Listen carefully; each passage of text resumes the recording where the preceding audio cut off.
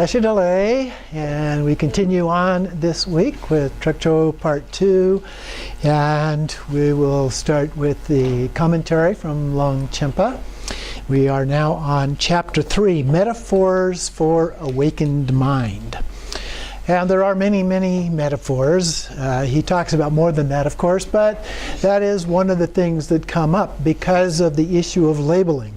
One of the problems that we can encounter when we're trying to experience Rigpa is trying to label it, trying to attach ideas to what that is or is not. And yet there are many different labels, many different things that we can use to try and describe that. They usually have subtle nuances of difference in what the exact meaning of it is, but in essence they're really talking about the very same thing. So we begin on page 53 at the top here, and I will continue as I have been doing by including the oral transmission of reading the text of the root text as a part of that, as well as some of the commentary that he makes. So we begin on page 53 here. The nature of awakened mind having thus been revealed, it can now be explained that all phenomena are subsumed within its scope as great perfection. And from the root text, everything is subsumed within the all-inclusive awakened mind. Since there is no phenomena that is not included in awakened mind, the true nature of all phenomena is that of awakened mind. So he comments on that. All phenomena occur within the scope of awakened mind arising within it. So it can be shown that just as the entire universe is subsumed within the realm of space, and the taste of all sugar is contained within the taste of a single piece of sugar, both the essence of samsara and nirvana and the enlightened intent of all the Buddhas are subsumed within this scope. So first of all, he's creating the context for what it is that we're talking about. So all of these manifestations, everything that we presume to be real in our ordinary use of the term, are within our mind. And so even though I see you out there, and you may be there, but the reality is my experience of that is only in my mind. Okay? And so everything is subsumed within mind in that sense. So going on then to the next page, 54, such a state of awakened mind is to be understood in three ways: by a metaphor, its underlying meaning, and the evidence. So three different pieces here. First, there is the metaphor. From the root text, space is a metaphor for awakened mind. Since that mind has no cause and is not an object that comes into being, it does not abide in any finite way and is inexpressible and transcends the realm of the imagination. The phrase, the realm of space, is simply a way of illustrating it metaphorically. If even the metaphor itself cannot be described as something, how could the underlying meaning that it illustrates be imagined or described? It should be understood as a metaphor for what it is, naturally pure. So he comments then on that mind itself, naturally occurring timeless awareness. So he's talking here about mind as being ultimate mind, not relative mind. Has no substance or characteristics. Since it is empty yet lucid and free of elaboration, it cannot be conceived of as this or that. Although it can be illustrated by a metaphor, it is like space, being the metaphor there.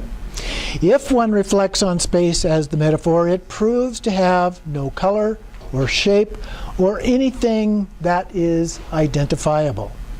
Therefore, if the metaphor being used does not refer to something, then the underlying meaning that it illustrates, mind itself, pure by nature, is not something that has ever existed in the slightest. At a certain point, this comes down to understanding space to be a convenient metaphor for what simply cannot be illustrated within a conceptual framework. So we use that as a metaphor, and sometimes the way that it's described is it will say that mind is space, which sounds like a literal kind of interpretation. but that's not the intent. It's always used as a metaphor. Okay, so we need to understand that. Continuing in the middle of the next page then, to illustrate the meaning thoroughly with this metaphor from the root text, the underlying meaning is that the awakened mind is self-knowing awareness equal to space.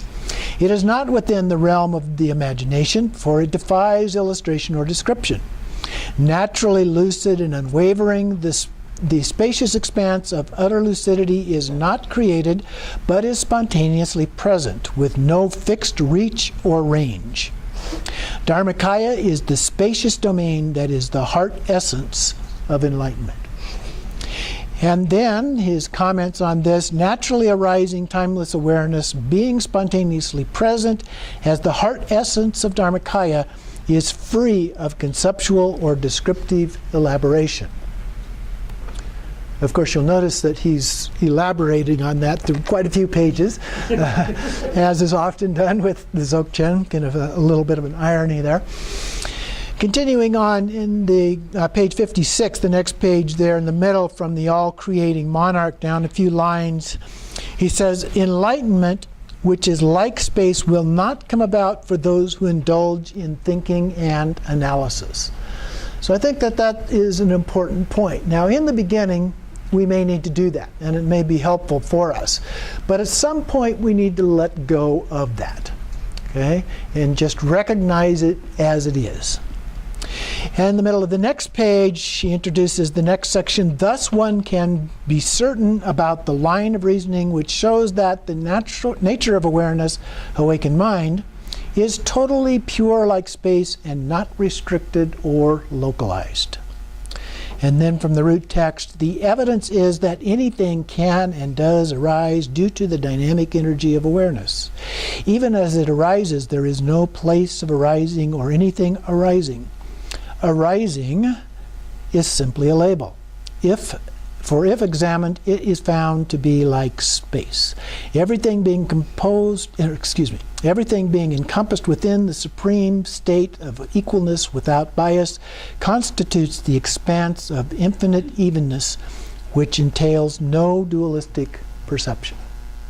It just is. So that's why we use words like thatness or suchness or something that have actually no specific meaning per se. So then he continues on with his explanation here. The continuous way in which things arise within the scope of awareness is like the reflection of the sky in a limpid ocean. Although things seem to arise in all their variety, in actuality there is no place for them to arise or anything to arise. Anything arising. So you come to the decisive experience of their resolving into emptiness within the indivisible state of Dharmakaya. Using a line of reasoning that is a supreme state of indivisible equalness, it is possible to prove that mind itself is like space. The subject under discussion is the essence of awareness. To describe it as being like unborn space is a valid conventional way of saying that it transcends imagination or description. It is valid because ordinary mind, arising as dynamic energy, is identical in essence to awareness. But that essence cannot be identified as anything whatsoever, being like space, timelessly empty and free of elaboration. And down from the all-creating monarch in the middle of the page there, the comment on that, the preceding discussion shows that awareness is pristine in the immediacy of sense objects without any interruption between thoughts arising and being freed. And it is fully encompassed within the vast realm of the sky or ocean. That is the true nature of phenomena. So even as thoughts may arise to us, the essence is still there. Okay? It doesn't wipe it away, although you can become distracted if you grasp onto those thoughts, of course, then you've lost your lost your awareness. And so you need to be very careful about doing that. But it is possible to be able to do both at the same time.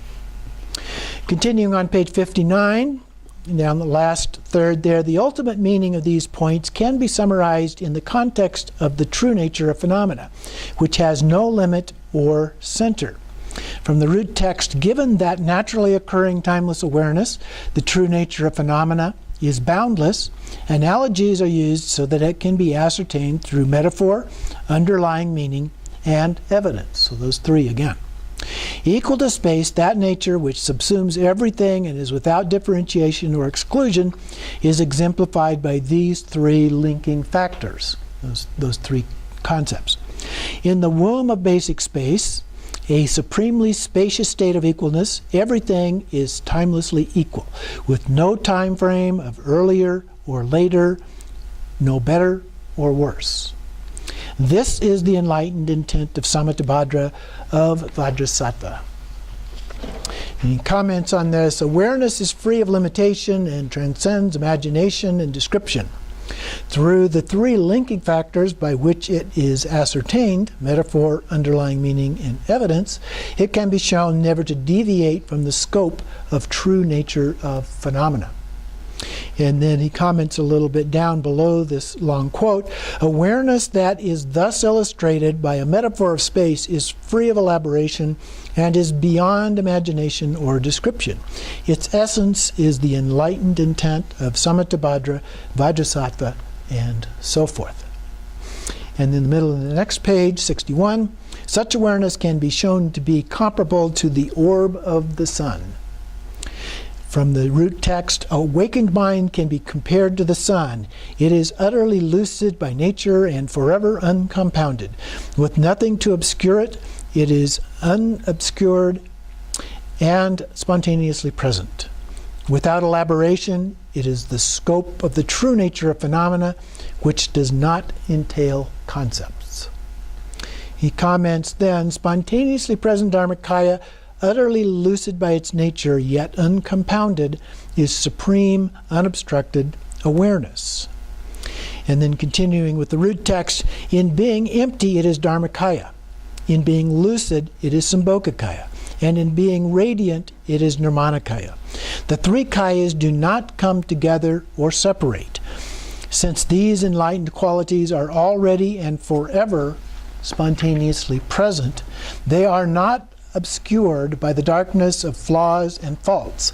They are identical in being without transition or change throughout the three times. Identical in permeating all Buddhas and ordinary beings alike, this is called naturally occurring awakened mind. He comments then, from the point of view of its emptiness, mind is called the Dharmakaya. From the point of view of its lucidity, it is called Sambhogakaya. From the point of view of its arising, it is called Nirmanakaya. Although it can be described in such terms, in essence it has never existed in the slightest as anything that can be identified. So we use those labels, and yet it's not the labels. We don't want to get caught up with the labels themselves. It is the very enlightened intent that is spontaneously present without any transition or change throughout the three times, because it is the heart essence that permeates all samsara and nirvana. Then at the top of the next page, the next part of the root text, its dynamic energy arises as anything at all. Whether there is realization or not, there is the universe of appearances and possibilities and beings' perceptions in all their variety. So the relative still comes up, in spite of how we describe or don't describe the ultimate. Okay? So he comments, within the mirror-like nature of awareness, its natural dynamic energy abides as the ground for all that arises, like reflections. So here, too, he is using this metaphor of the mirror and the reflections. So although experiences of the universe, of appearances and possibilities arise in all their variety, there is no sullying of, no transition or change in the essence of awareness. This is similar to a mirror being unsullied by and undergoing no transition or change to the reflections in it. Okay? So the mirror stays the same. The essence of mind stays the same. So that's why when we talk about it as pure awareness, it's the awareness that enables ordinary mind functions to happen. Without awareness, we wouldn't know if anything's happening or not. right? But it's not the awareness of an object, of a thing or a person or anything like that. That's the reflection that comes out of that. So need to be aware of that difference between those two. Then at the bottom of the page, it can be shown that in the very moment of arising, things have no independent nature. From the root text, though things arise, none of them has any independent nature whatsoever. Like water in a mirage, a dream, an echo, a phantom emanation, a reflection, a castle in the air, or a hallucination, all things are clearly apparent, yet do not truly exist. They merely manifest adventitiously without basis or support. You should realize that all these manifestations are temporary, adventitious phenomena. Okay?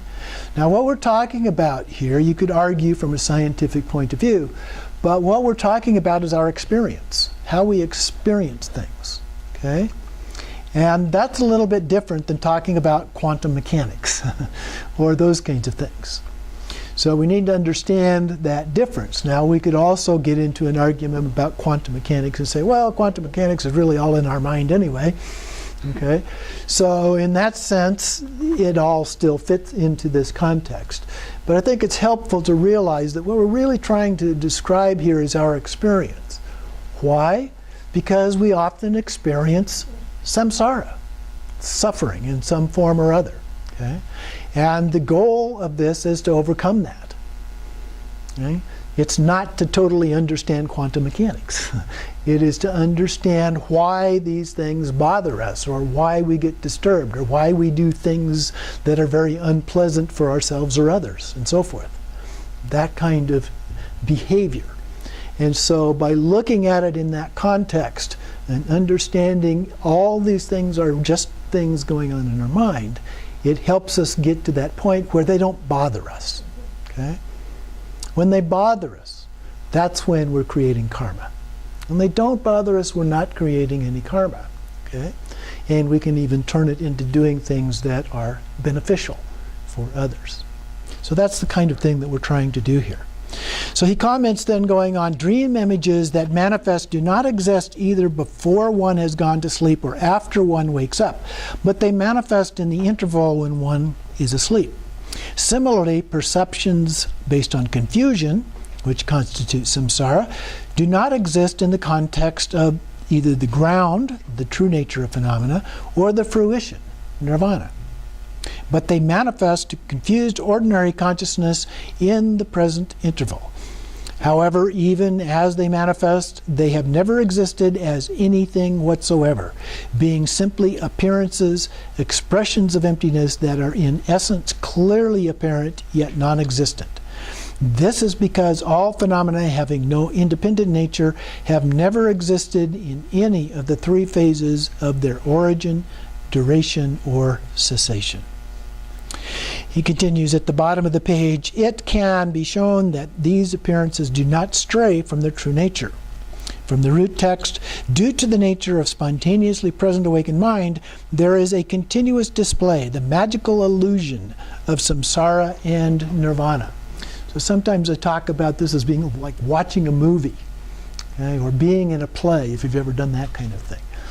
There's a reality to it, and yet there's an artificiality to it as well. Continuing at the top of 65 then in the root text, since this entire magical display is fully encompassed within basic space, you should know that it does not stray from the scope of primordial being. And then he comments, as much as samsara and nirvana manifest, even as they manifest, they do not stray from the realm of awakened mind in its essence. And then since everything is perfected in basic space, it can be shown to be great perfection. From the root text, within this, everything is the scope of awakened mind. With that single perfection, all is perfect. Without being made so, everything is perfect. Naturally occurring timeless awareness is by nature spontaneously perfect.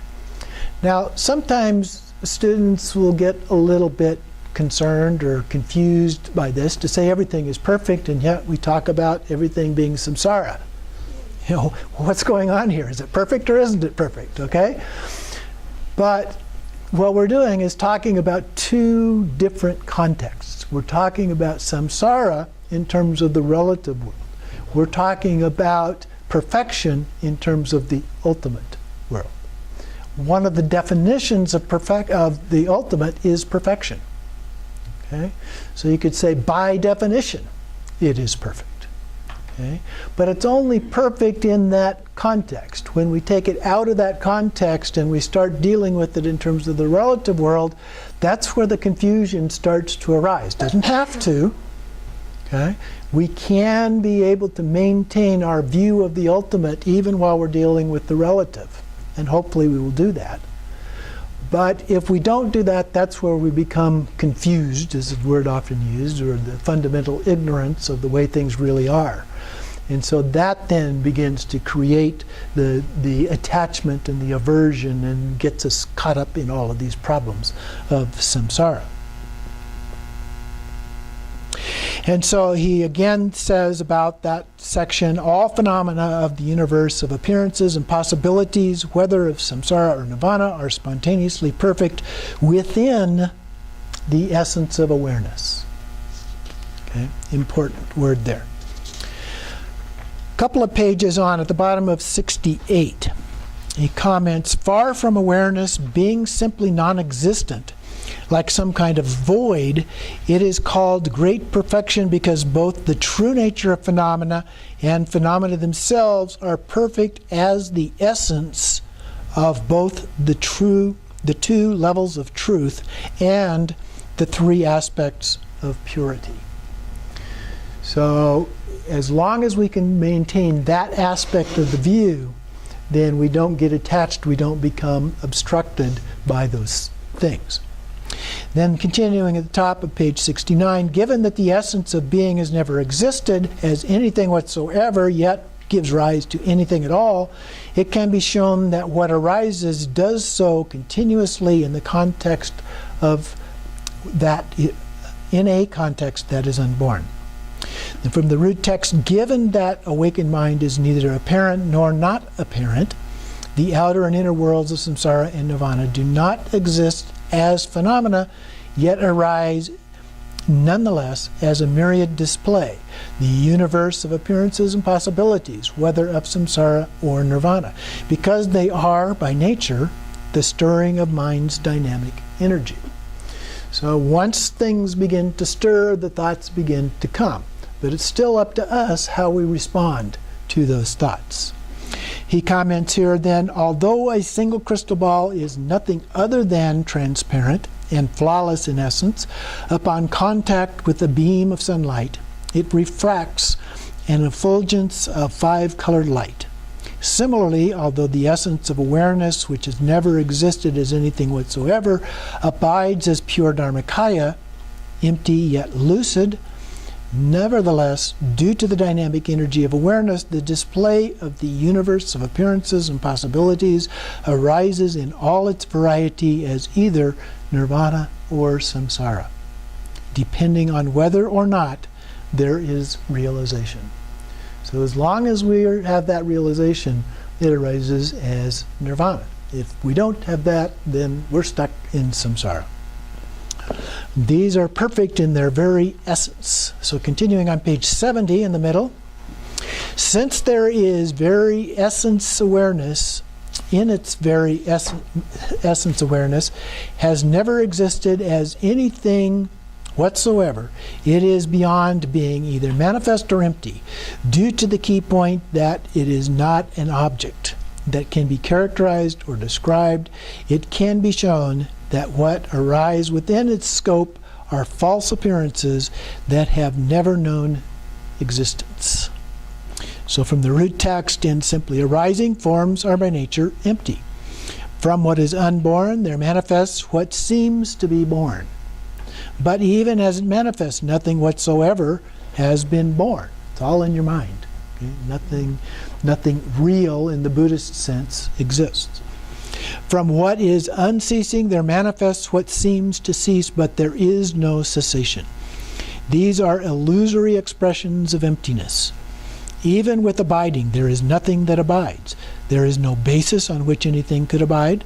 Within the context in which there is no coming or going, regardless of what manifests, it never exists as what it seems to be.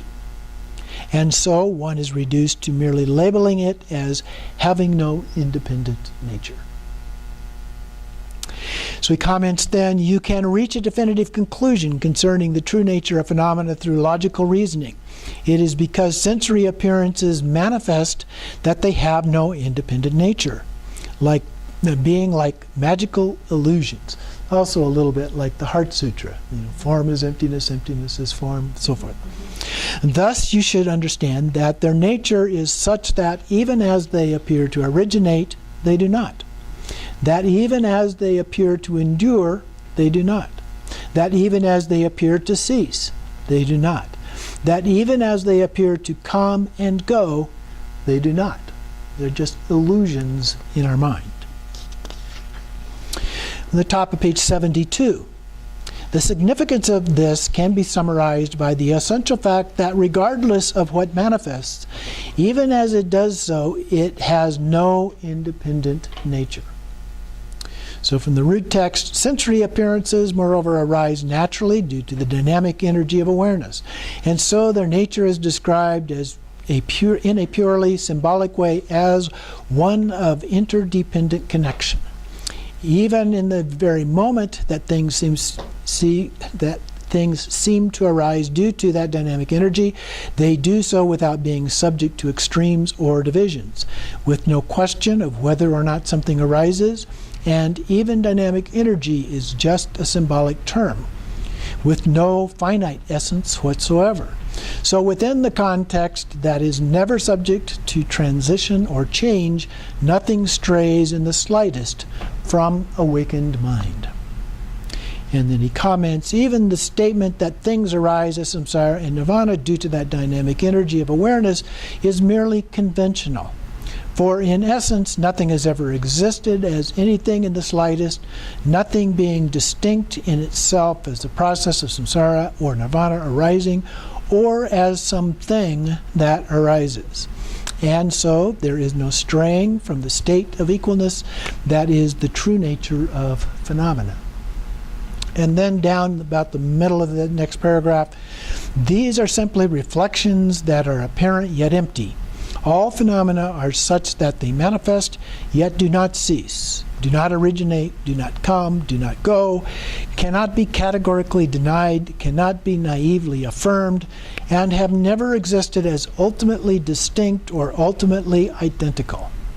Rather, it should be understood that they are simply illusions, based on interdependent connection.